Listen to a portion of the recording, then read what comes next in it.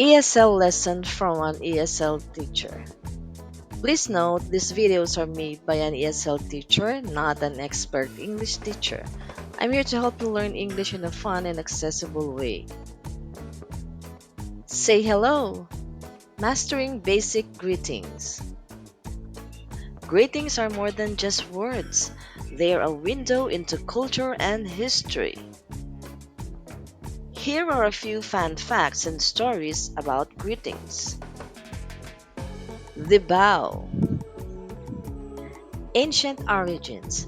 The bow, a gesture of respect and deference, has roots in ancient civilizations like China, Japan, and Korea. It was a way of showing humility and acknowledging someone's higher status. The deep bow. In some cultures, the depth of the bow indicates the level of respect. A deeper bow is reserved for elders, superiors, or people of high importance. The handshake. Medieval origins.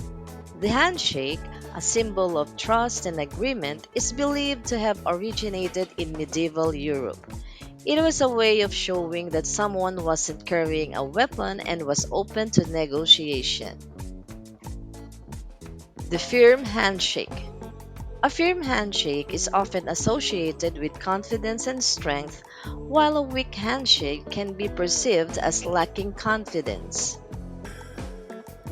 The Namaste. Hindu origins. Namaste, a common greeting in India and Nepal, means I bow to the divine in you. It's a gesture of respect and recognition of the divine spark within each person. The hand position. The hands are held together in a prayer position with the palms facing the other person. This symbolizes the joining of the two souls. The hug. Ancient origins. Hugs, a sign of affection and warmth, have been practiced for centuries. In ancient Greece, hugs were a common way of greeting friends and family. The bear hug. A bear hug is a tight embrace that can be a sign of strong affection or even playful teasing. The kiss on the cheek. European origins. Kissing on the cheek, a common greeting in many European countries, is a gesture of affection and familiarity. The number of kisses. The number of kisses on the cheek can vary depending on the region and the relationship between the people. Remember, greetings are a fascinating part of human interaction. They reflect our culture, our values, and our history. Imagine entering a room and being greeted with a warm smile and a friendly handshake. How does that make you feel?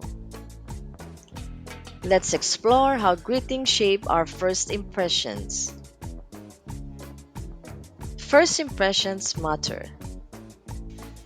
Greetings are like the first brush strokes on a canvas. They create the initial impression that shapes how we perceive someone. A simple hello can make someone feel welcome, while a cold or indifferent greeting can leave a negative impression. Next, we'll talk about nonverbal communication. Greetings aren't just about words, they're about nonverbal cues like tone of voice, body language, and eye contact. A warm smile and a friendly handshake can convey warmth and openness even before a word is spoken. Next is about cultural context. Greetings are deeply rooted in culture. What's considered polite in one culture might be considered rude in another. Understanding different cultural norms for greetings can help us avoid misunderstandings and build strong connections. Now it's about the power of a greeting. A simple greeting can make a big difference. It can brighten someone's day, build rapport, and create a positive atmosphere. By mastering the art of greetings, we can make a positive impact on the people we interact with. Let's dive into the meanings and uses of common English greetings. Hello, hi. These are general greetings used to acknowledge someone and start a conversation.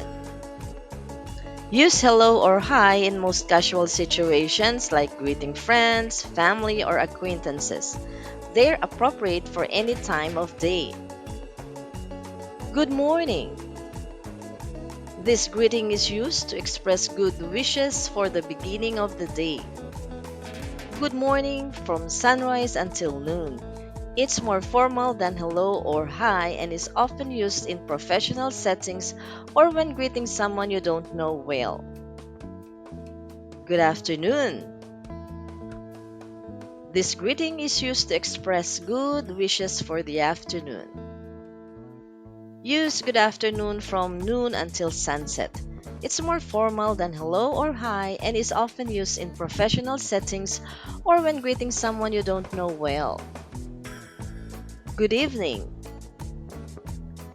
This greeting is used to express good wishes for the evening. Use good evening from sunset until bedtime. It's more formal than hello or hi and is often used in professional settings or when greeting someone you don't know well. Goodbye. This is a general farewell used to end a conversation or interaction. Use goodbye when leaving someone or ending a phone call. It's appropriate for any time of day. Remember, greetings are more than just words. They're a way to connect with others. So, next time you meet someone new, try using a friendly greeting and see how it makes you feel. Happy greeting! Thanks for checking out my video. I hope you found this helpful. Subscribe for more ESL lessons.